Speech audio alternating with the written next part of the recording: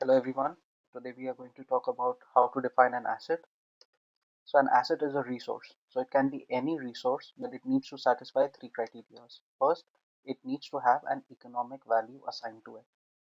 Now see carefully, the term used is economic value, not monetary value. The difference being economic value is any benefit that can be measured in terms of monetary value. So it can be increasing your revenue, saving your expenses, increasing the value of your assets. So it's an economic value. Easier way to understand any benefit that can be measured in terms of money. Second, it needs to be owned or controlled by us, which makes sense. Control in terms of you having a long-term lease on machinery, factory, plant, equipment, or you own it, which gives you the right to use it, sell it. And third, expectation of future benefit. So the benefits have to accrue to me in the future, which makes sense. So an asset is a resource from which I will receive a benefit in the future that I own or control, and this benefit can be assigned a monetary value. This becomes an asset. The way to remember or understand what an asset is, which will help you in your day-to-day activity, is we have rule of thumb. First, any resource that of course you own or control future benefit but helps you generate cash flow.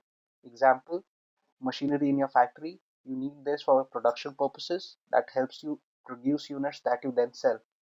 So this machinery is helping you generate cash flow. So it's an asset. Your inventory, if you're Best Buy or retail store, you need to have inventory, you need to buy stuff that you can sell in your store later. So this inventory is actually going to help you generate cash flow. Hence, it's an asset. Third, intellectual property. Apple does tons of research. They have their Mac OS, they have their iOS. All these are the intellectual properties. Only they are the ones who can use it. Hence, these help them generate cash flow. Thereby, it's an asset. Second way, it reduces expenses. All these are or generate cash flow or reduce expense. First example, robot can do work of 100 laborers,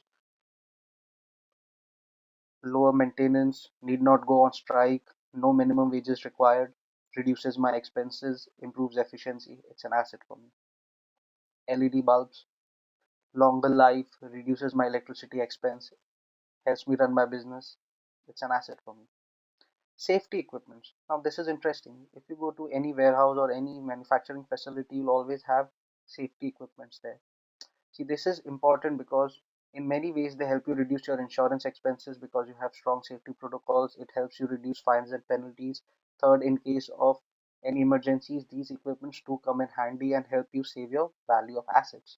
So they reduce your expenses. Hence, they are assets as well. And the third rule that you can apply is improve sales.